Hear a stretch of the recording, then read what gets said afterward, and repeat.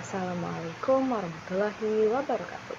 Perkenalkan, nama saya Revika Adani. Dengarkan saya Galat Istihad akan mempresentasikan terkait dengan strategi pembelajaran pada pendidikan anak usia dini terkait dengan dua materi, yaitu pendekatan STEAM dan juga ability skill up. Langsung saja kita ke materi yang pertama. Sini saya akan menjelaskan tentang strategi pembelajaran PAUD dengan menggunakan pendekatan STEAM.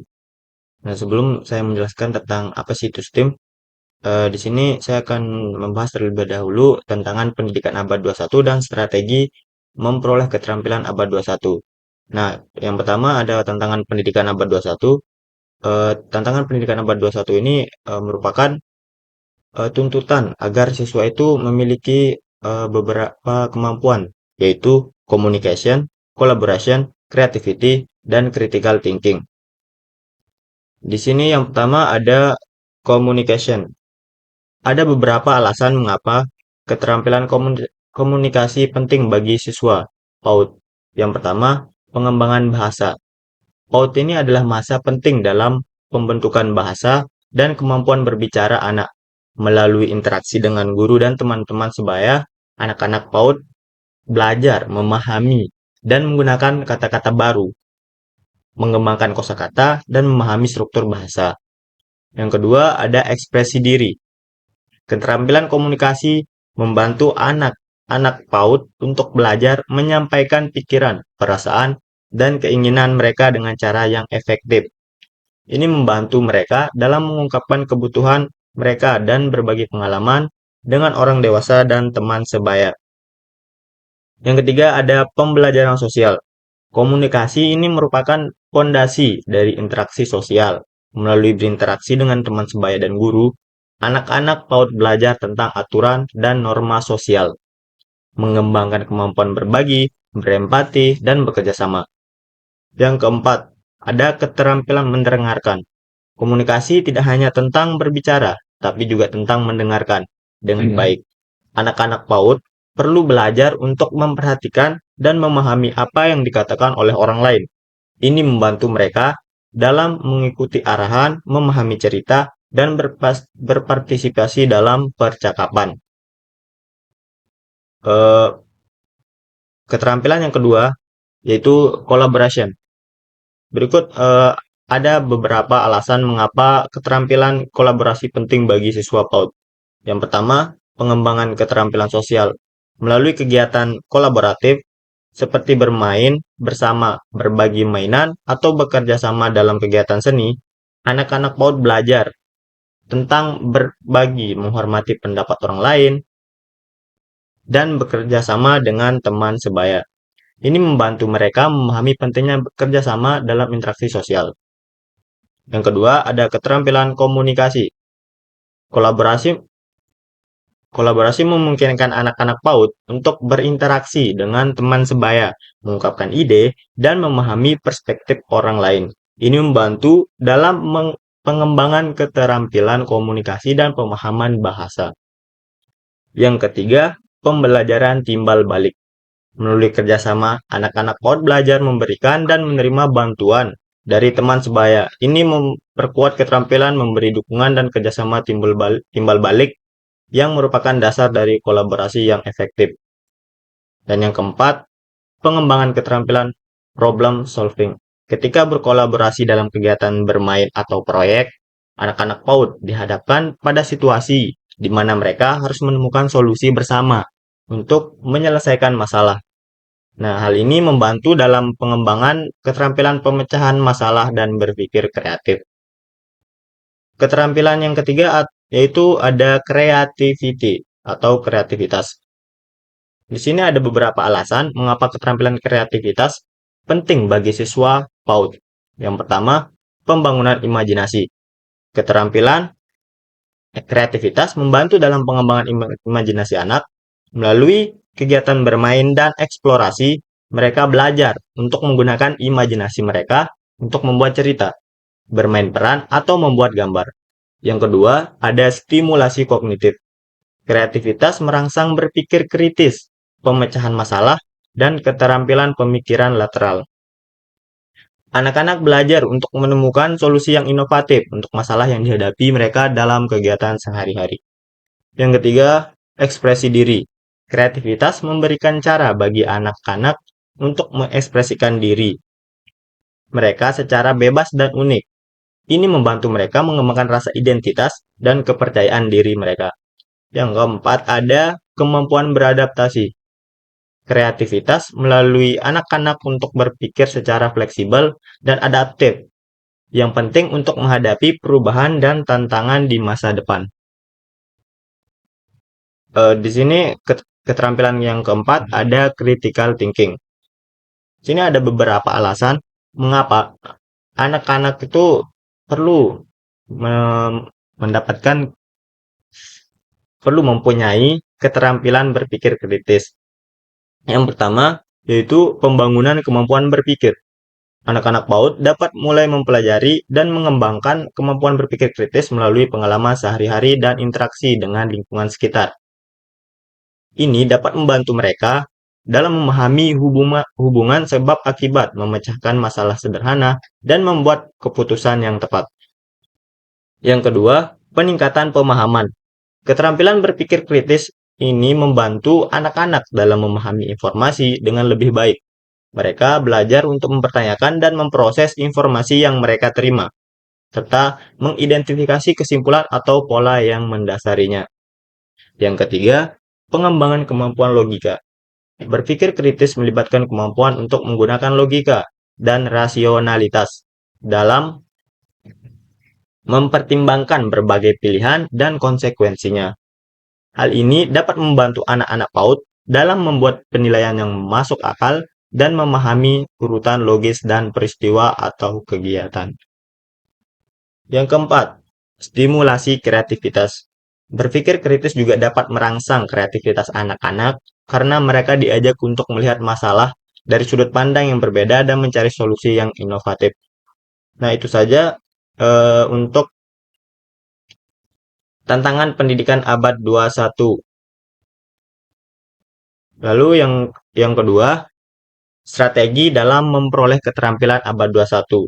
Yang pertama, yaitu ada pembelajaran yang menyenangkan.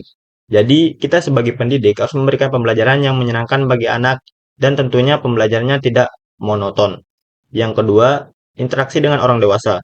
Anak itu perlu untuk berinteraksi dengan orang dewasa. Yang ketiga, interaksi dengan anak lain. Selain dengan orang dewasa tadi, tentunya anak juga sangat butuh atau sangat perlu untuk berinteraksi dengan anak lainnya atau dengan teman sebayanya. Yang keempat, belajar dimanapun.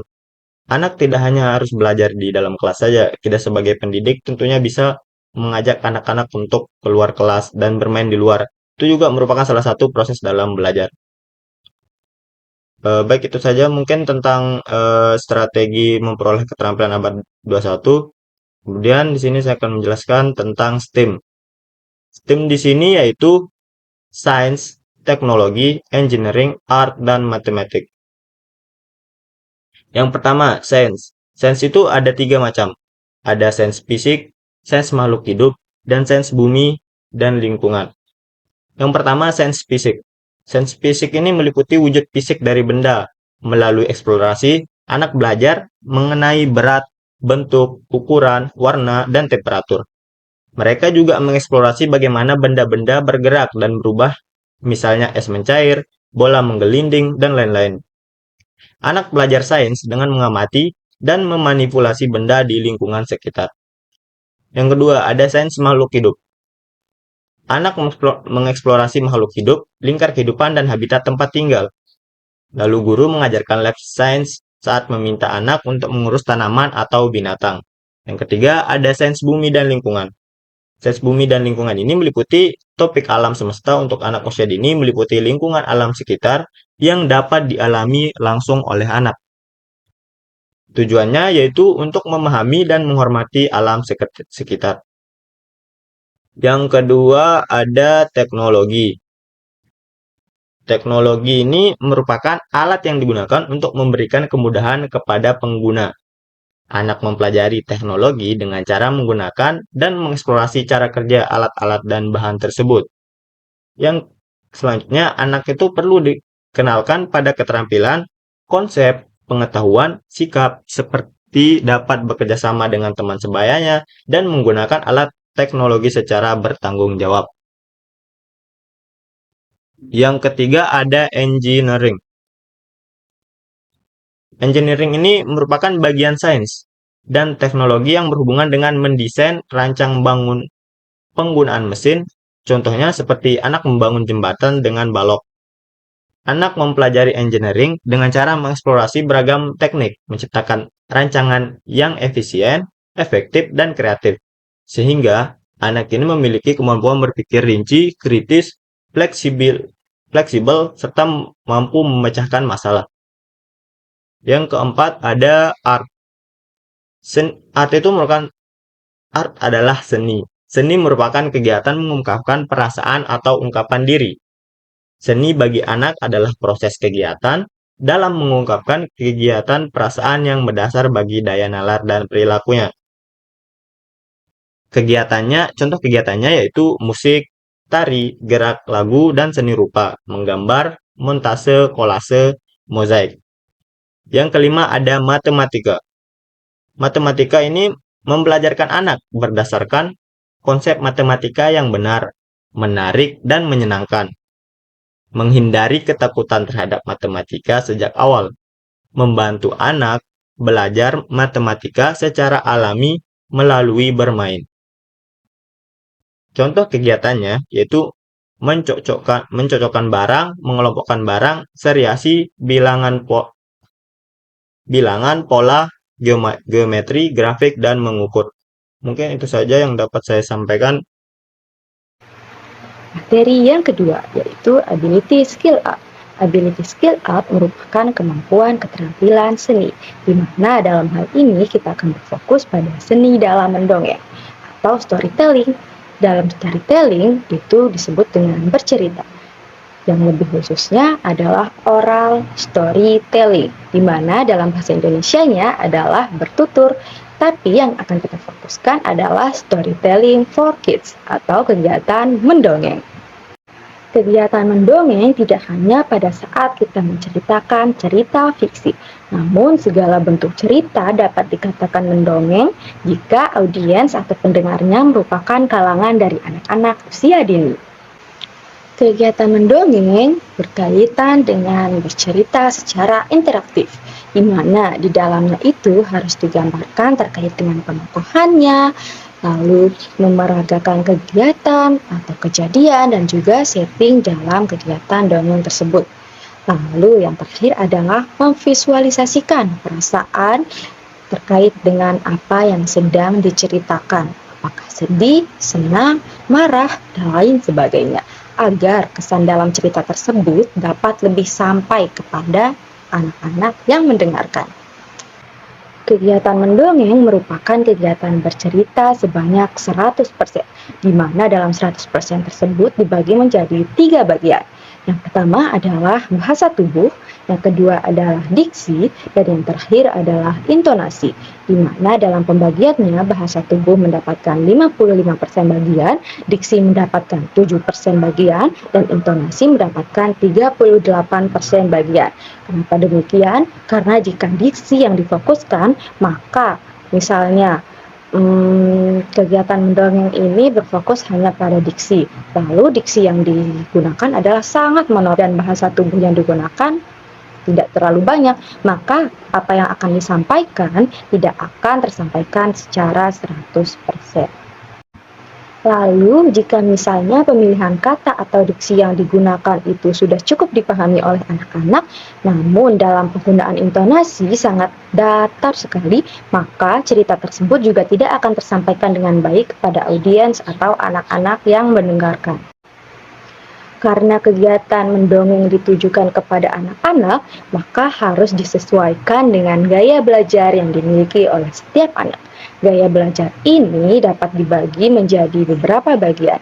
Yang pertama adalah gaya belajar auditori, yang kedua adalah visual, dan yang terakhir adalah kinestetik.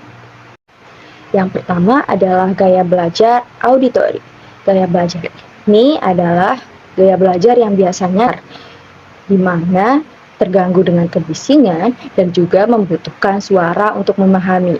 Dan yang kedua adalah gaya belajar visual, lebih fokus pada apa yang dilihatnya, lalu membutuhkan visualisasi grafik dan tidak terlalu terganggu oleh suara atau suatu kebisingan. Dan yang terakhir adalah gaya belajar kinestetik, di mana gaya belajar ini adalah gaya belajar yang lebih suka bergerak atau lebih aktif secara fisik dan bisa merasa tidak nyaman jika harus dalam keadaan berdiam diri. Pendekatan dalam mendongeng untuk anak-anak usia dini tentu saja berbeda. Kita tidak hanya sekedar menyampaikan cerita, namun juga harus menarik perhatian dari anak-anak tersebut terkait apa yang akan diceritakan. Lalu ada pun beberapa hal yang perlu diperhatikan dalam mendongeng untuk anak-anak seperti penggunaan bahasa, dapat digunakan bahasa-bahasa yang lucu, menarik perhatian, dan lain sebagainya.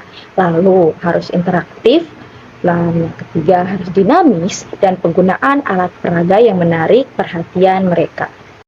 Salah satu hal yang paling penting dalam kegiatan mendongeng adalah proses interaksi. Interaksi ini dilakukan agar kegiatan mendongeng lebih aktif atau hidup. Adapun hal-hal yang dapat dilakukan oleh peserta didik atau anak-anak dalam proses interaksi adalah kegiatan tanya jawab, mengulang kata-kata, maupun berpartisipasi dalam kegiatan tersebut.